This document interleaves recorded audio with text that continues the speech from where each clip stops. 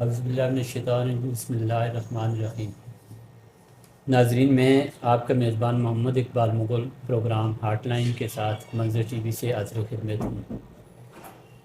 آج ہمارے مہمان ہیں ایبٹ آباد کی ممتاز درد دل رکھنے والی شخصیت محمود اسلم صاحب۔ انہوں نے انجینئرنگ میں ڈگری اے گریڈ سے حاصل کی اور 25 سال سے کینیڈا میں جاب کرتے رہے۔ ایبٹ آباد میں MES میں STO بھی رہے اور اس کے ساتھ ساتھ ایوب ٹیچنگ کمپلیکس میں اسسٹنٹ ڈائریکٹر کے عہدے پر بھی خدمات سر انجام دی۔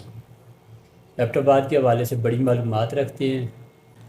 بہت شکریہ مغل صاحب کہ آپ نے دلچسپی کا اظہار کیا دنیا کے اس خوبصورت ترین ہل اسٹیشن ایبٹ آباد کی جو تباہی واقع ہو چکی ہے ہر لحاظ سے، اس حوالے سے آپ نے مجھے کہا ہے کہ میں اپنی یادداشتیں اور جو ہم نے ایبٹ آباد کو دیکھا ہوا ہے خوبصورت ایبٹ آباد، بلکہ پوری دنیا کی کتابوں میں جو اس کا ذکر ملتا ہے، وہ میں آپ کے سامنے کچھ پرانی چیزیں شیئر کروں۔ تو ایبٹ آباد جو ہے یہ ایک بالکل برانڈ نیو شہر کے طور پہ 1853 میں اس کو بنایا گیا، اور یہاں پہ جو حکومت تھی وہ رنجیت سنگھ کی تھی، جس کو سکھ امپائر کہا جاتا ہے، جس کا مرکز لاہور تھا۔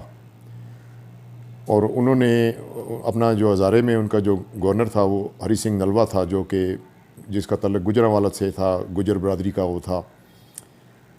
ہری سنگھ نلوا جو تھے وہ انہوں نے ہری پور میں ڈیمز بنائے، انہوں نے وہاں پہ جتنے بھی گاؤں تھے انہوں نے ایک رنگیلا نامی ڈیم بنایا،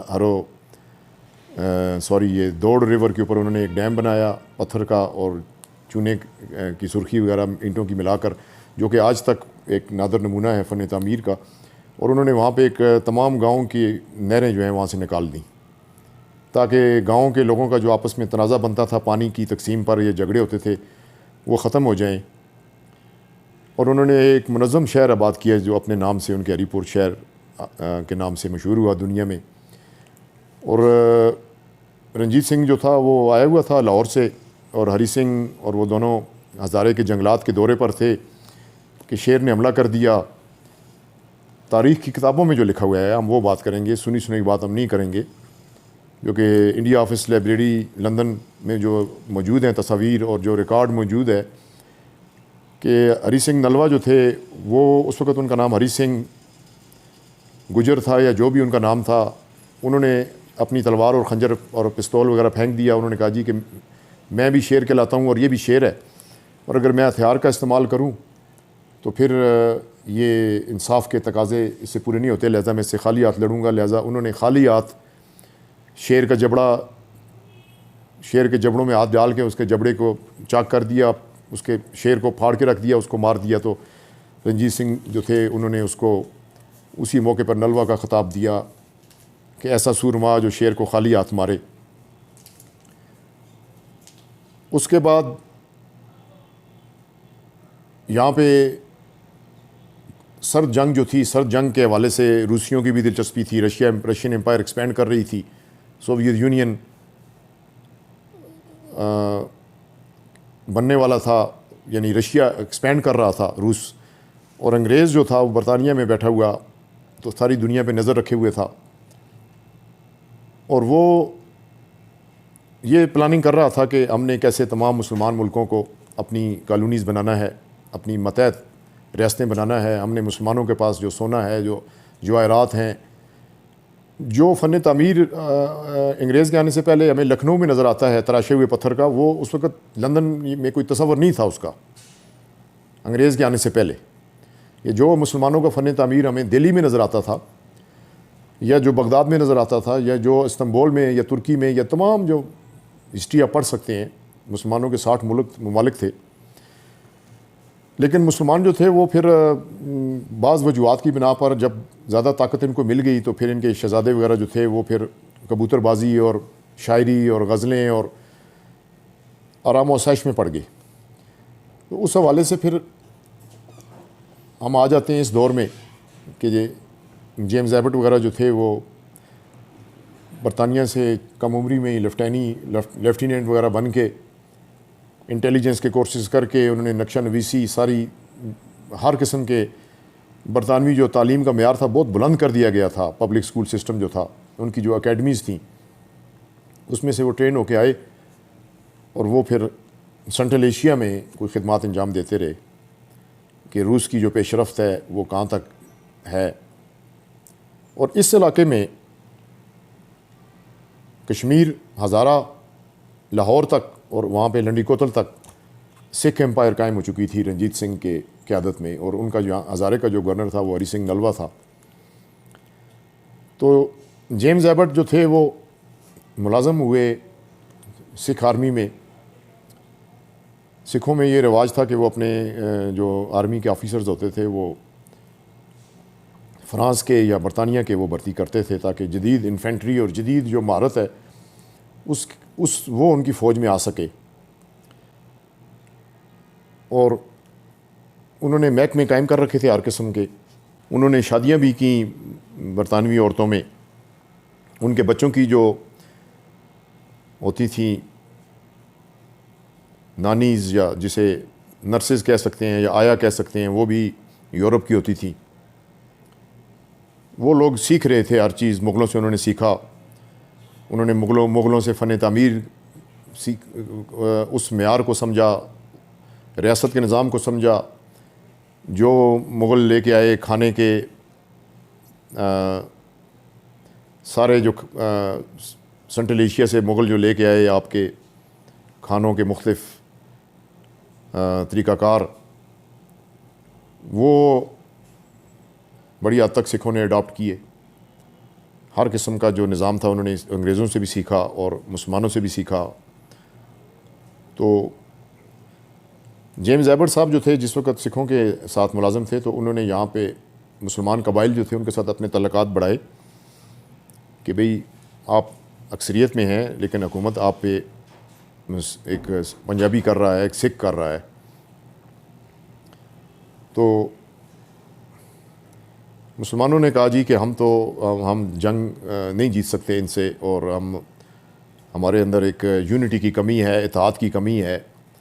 ہم لوگ کسی ایک ہاتھ کے نیچے اکٹھے نہیں ہو پا رہے, ہم تقسیم ہیں. تو جیمز ایبٹ نے بہرحال ان سب کو اپنے ساتھ ملایا.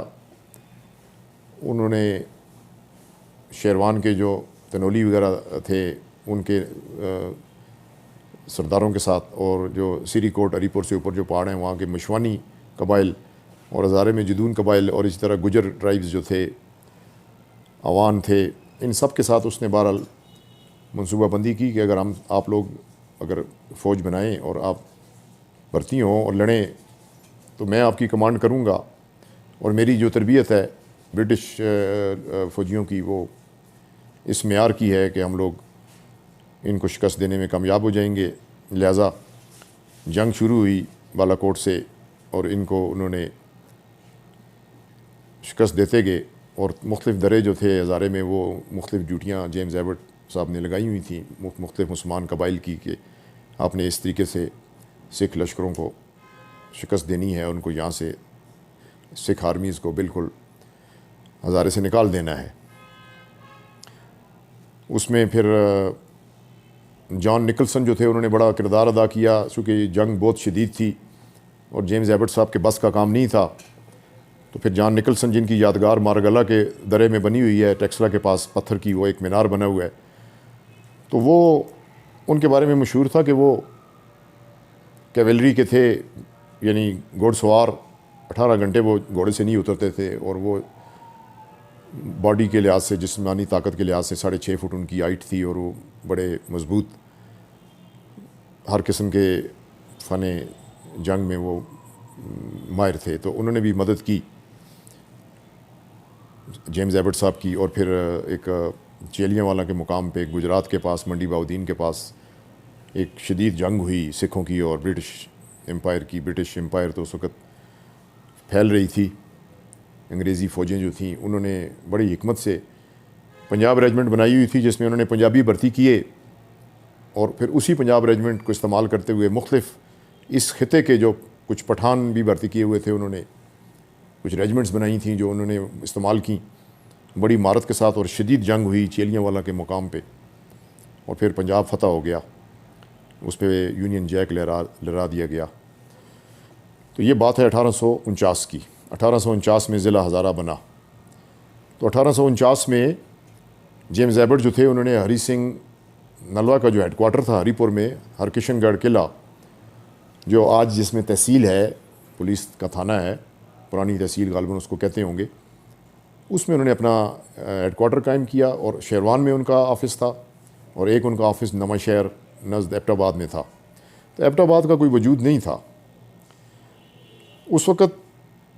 خطرہ یہ تھا کہ رشین امپائر جو ہے یا رشینز جو ہیں وہ آگے آئیں، افغانستان کو فتح کرتے ہوئے وہ تورخم اور لنڈی کوتل درہ خیبر سے انٹر ہوں، اور انڈیا جو ہے اس وقت سونے کی چڑیا کہلاتا تھا. خاص طور پہ یہ جو پنجاب ہے یہ دنیا کا ایک زرخیز ترین اور مالدار ترین علاقہ کہلاتا تھا، چونکہ اپنے گندم کی پیداوار کے حوالے سے. اور اس میں جو ہمالیہ سے جو ہمارے پہاڑوں سے جو دریا آ رہے ہیں، جس میں 12 دریا آ رہے تھے، 7 جو تھے وہ انڈیا کو مل گئے غالباً، اور 5 جو تھے وہ پاکستان کو مل گئے. تو یہ پنجاب یعنی 5 دریاؤں کی سرزمین یہ بہت قیمتی جگہ تھی جو کہ انگریزوں کو مل گئی.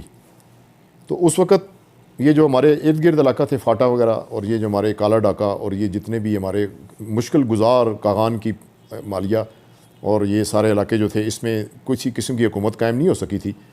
عملداری جو تھی حکومتی مغل دور میں یا سکھوں کے دور میں بھی بڑی مشکل تھی. تو برٹش لوگ جو تھے، برٹش گورنمنٹ کو اس کی بڑی فکر تھی کہ بھئی ان علاقوں میں بھی کوئی نہ کوئی کسی قسم کی کوئی ریاستیں بن جائیں. جیسے بعد میں انہوں نے ریاست سوات بنائی، نواب آف دیر مقرر کیے، اور گلگت وغیرہ وہاں پہ میر وغیرہ مقرر کیے انگریزوں نے. تو یہ لوگ جو تھے، یہ کالے ڈاکے وغیرہ کے لوگ جو تھے یا دوسرے قبائل کے لوگ جو تھے، یہ آ کے لوٹ مار کرتے تھے پشاور پر یا راول پنڈی پر جو بندوبستی علاقے بنا لیے گئے تھے، اور اس میں لوگ قائم ہو گئے تھے، بازار بن گئے تھے.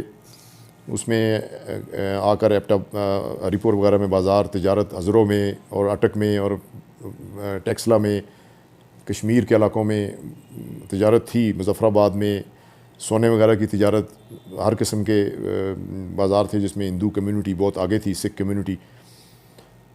تو یہ جو لوٹ مار کرتے تھے یا حملے کرتے تھے تو اس کے لیے فوجیں جو تھیں ان کو جیلم سے آنا پڑتا تھا. اس وقت جو چھاونیاں تھیں پشاور میں تھیں یا کھاریاں میں تھیں یا پنجاب میں تھیں تو یا راول پنڈی میں تھیں، تو اس کے لیے انہوں نے ایک ارادہ کیا کہ اس علاقے میں چھاونیاں بنائی جائیں ایبٹ آباد میں، اور یہاں پہ ایک بہت بڑا ایک آرمی کا ہیڈ کوارٹر بنایا جائے. تو اس کے لیے جیمز ایبٹ صاحب کو ڈیوٹی دی گئی، جو کہ ہزارے کے ڈپٹی کمشنر تھے پہلے، اور ان کا مرکز جو تھا نا ہری پور میں تھا. اور وہاں سے وہ پیدل چلتے تھے، ان کی کتابوں میں لکھا ہوا ہے، اور وہ شیروان پہنچ جایا کرتے تھے. اور وہاں سے وہ اپنے گھوڑے پہ یا پیدل چلتے تھے اور وہ مانسیرا پہنچ جایا کرتے تھے اپنے قلعے میں. سکھوں کے سارے قلعے جو ہیں ان کے اس میں آگے تصرف میں جو کہ اب گرا دیے گئے ہیں بڑی بے دردی سے زلزلے کی آڑ میں. 1 گز چوڑی دیواروں والے جو سکھوں کے تاریخی قلعے تھے، شیروان والا گرایا گیا ہے.